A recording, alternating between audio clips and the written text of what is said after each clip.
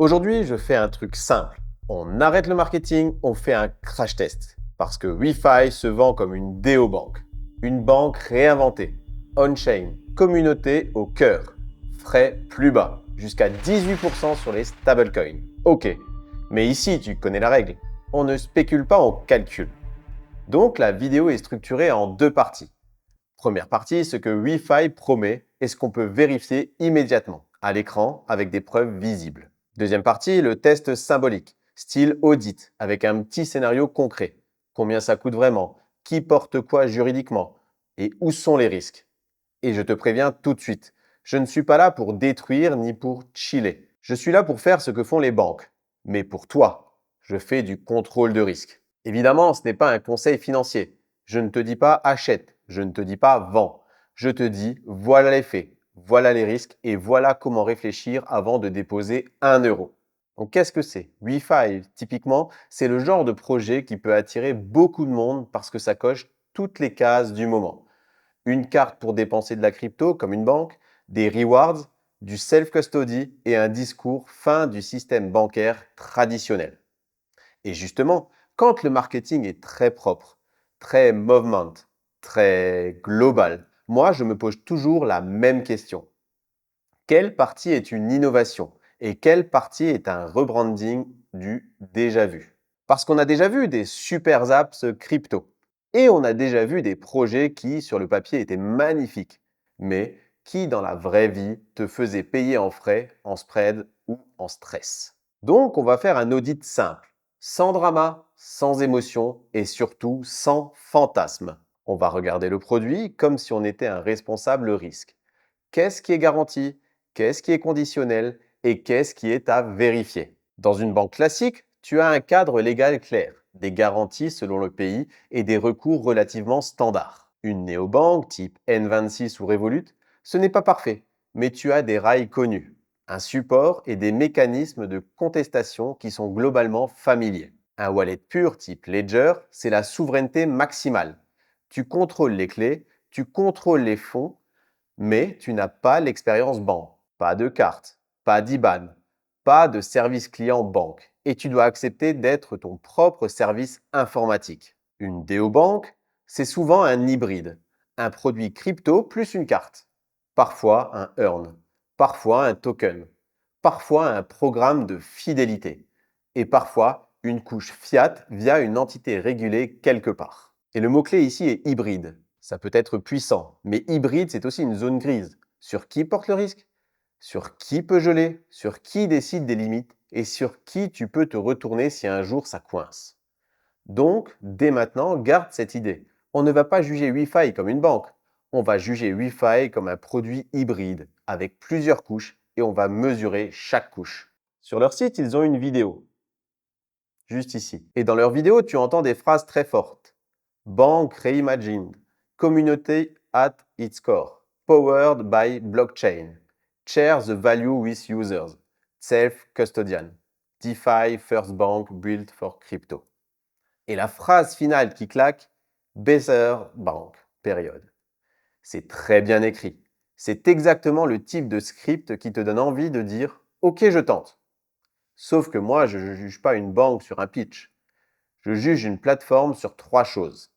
Les frais, la garde et l'accès à mes fonds, le cadre légal, qui est responsable et où je peux me plaindre.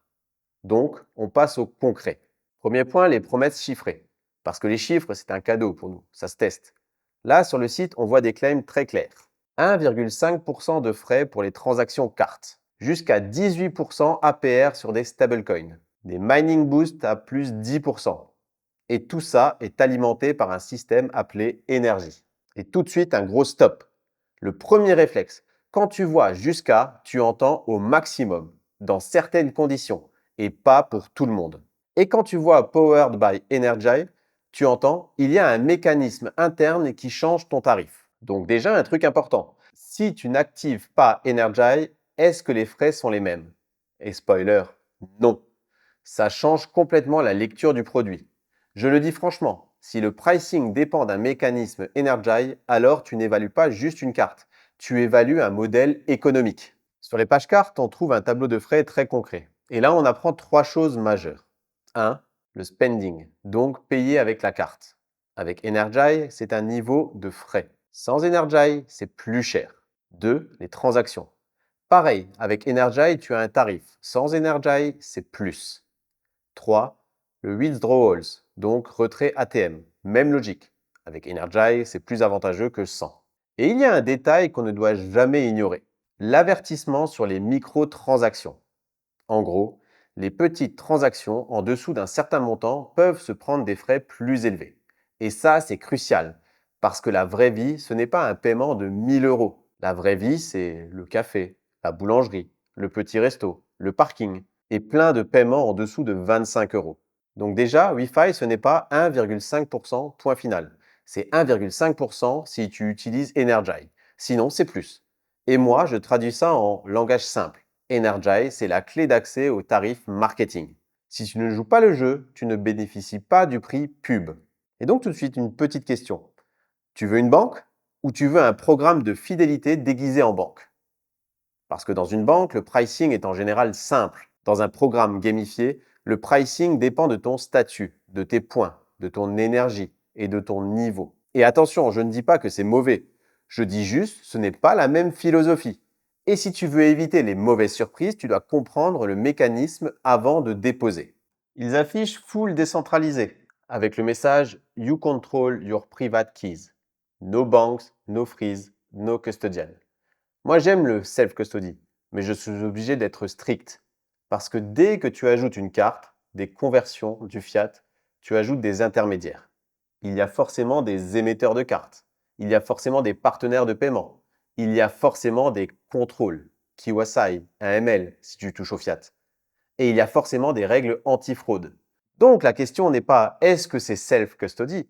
La question c'est quelle partie est self-custody exactement? Le wallet? Les stratégies earn? Les dépôts fiat? La carte? Parce qu'en cas de problème, c'est exactement là que le risque se situe. Et tu peux avoir un wallet self-custody tout en ayant une couche carte et fiat qui reste centralisée, avec des règles, des gels et du support. Donc je propose un label simple, utilisable partout. Ce qui est on-chain et sous tes clés, risque smart contract, risque blockchain, risque erreur irréversible. Ce qui est carte plus fiat plus compliance, risque opérationnel, gel, KYC, limite, support. Et la promesse, pas de freeze, je la prends avec prudence, parce que le monde réel, c'est la conformité. Et parce que la meilleure façon de savoir si no freeze est réaliste, c'est de lire qui a le droit de faire quoi et dans quelles conditions. Et maintenant, on arrive au point que 99% des gens ne lisent jamais les termes et conditions. Et là, un élément très important. Les CGU indiquent que les litiges relèvent d'une juridiction précise, le Costa Rica. Je ne dis pas c'est mal, je dis c'est un fait, et ça change la gestion du risque. Pourquoi? Parce que quand tu es en Europe, tu as l'habitude de recours dans un environnement que tu connais. Ici, si un litige devient sérieux, tu peux te retrouver dans une logique de juridiction étrangère, avec des procédures différentes et parfois des coûts de recours qui découragent. Et je te le dis sans exagérer, ce point à lui seul doit réduire ton exposition tant que tu n'as pas fait de test de retrait. Parce que le risque numéro 1, encore une fois, c'est l'accès. Le deuxième point contractuel, le contrôle du compte. Dans les CGU, tu vois des formulations qui donnent à la plateforme la possibilité de refuser, suspendre, limiter ou terminer un compte, notamment pour conformité, gestion du risque, suspicion d'illégalité ou pour protéger le système. C'est normal en finance. Mais toi, utilisateur, tu dois le traduire en réalité. Je peux me faire bloquer temporairement, même sans fraude, juste parce qu'il y a une vérification, un drapeau anti-fraude ou une incohérence KYC. Donc la règle d'or, tu testes en petit et tu fais un test withdraw full. Tu sors tout pour vérifier que tout fonctionne, que les délais sont acceptables et que le support répond. Le troisième point contractuel, le KYC, l'AML. Le texte prévoit des revérifications. Et là, il y a une phrase qui mérite d'être comprise. La non-coopération peut mener à la suspension, la fermeture du compte et potentiellement à une perte de tokens associés. Je ne dramatise pas, je lis et je traduis. Si tu joues avec un système de rewards ou un token interne, la conformité n'est pas optionnelle. Tu n'es pas sur un jeu vidéo, tu es sur une plateforme financière. Donc, si tu veux Energy, Rewards Boost, tu dois accepter la contrepartie. documents, preuves et contrôle. Et le quatrième point contractuel, les remboursements et contestations. Là aussi, c'est très important parce que beaucoup de gens pensent, si ça se passe mal, je ferai un chargeback. Sauf que les CGU peuvent prévoir des conséquences, frais, suspensions, litiges et des décisions qui peuvent être présentées comme finales. Et encore une fois, ce n'est pas un jugement moral, c'est une information de gestion de risque. Et c'est une des grandes différences entre un produit banque Union européenne et un produit plateforme hybride crypto. Le cinquième point contractuel, les actifs supportés. Les CGU expliquent que la liste des actifs peut changer. Un actif peut passer en mode withdrawal only. Et dans certains cas, si un actif n'est pas retiré dans les temps, il peut y avoir des mécanismes de conversion. Traduction, tu dépends des politiques internes de listing. Donc, si tu utilises la plateforme, tu dois rester attentif. Tu ne peux pas juste déposer et oublier pendant un an comme si c'était un compte courant. Nous avons également le deuxième document, la Privacy Policy. Là, ce qui m'intéresse surtout, ce sont deux choses. 1. La durée de conservation. Le document mentionne une conservation d'au moins 5 ans. C'est classique en finance, mais ça tue l'illusion de la privacy. 2. Les catégories de données. Ils définissent des catégories comme audio data et location data. Ça veut dire que si tu appelles le support, il peut y avoir enregistrement. Si tu utilises l'app, la localisation peut exister selon paramétrage et usage. Donc, je résume. Ce produit n'est pas fait pour l'anonymat. Et c'est important à dire parce que le marketing crypto parfois te vend liberté et privacy, alors que la réalité des services financiers, c'est conformité et traçabilité. Ok, maintenant on va passer au test symbolique. Ça veut dire ici, je ne vais pas sortir des chiffres du chapeau. Je ne les invente pas. Je vais prendre ce que la plateforme affiche et faire une simulation simple et honnête avec des hypothèses explicites quand il faut. Scénario, tu veux utiliser Wi-Fi comme banque du quotidien crypto. Tu veux charger des fonds, payer 1000 euros de dépenses dans le mois, faire un retrait ATM et tester l'option Earn Stablecoin.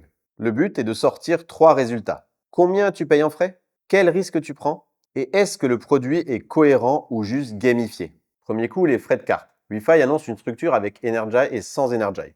Donc mon test est simple. Question numéro 1, est-ce que tu es prêt à utiliser Energy? Parce que sinon, tu dois évaluer le tarif 100. Et là, visualise la mécanique. On te donne un prix psychologiquement attractif si tu joues le jeu du système. Si tu ne joues pas le jeu, tu reviens vers des frais plus élevés. D'un point de vue produit, c'est malin. D'un point de vue finance perso, c'est un point d'attention. Tu peux te faire enfermer dans une logique où tu dois optimiser Energy pour ne pas te faire plumer. Et pourquoi c'est important? Parce que si tu fais 10 paiements de 10 euros dans un mois, tu ne veux pas découvrir après coup qu'il y a une mécanique de frais minimum qui te plombe tout. Donc la méthode pro est simple. Tu fais 5 paiements petits, 2 paiements moyens, un paiement gros. Et tu compares le relevé avec le tableau Fees. Frais affichés versus frais réels. Et là, tu sauras si tu as un produit transparent ou un produit à surprise. On en parle peu, mais c'est souvent là que se cache la marge.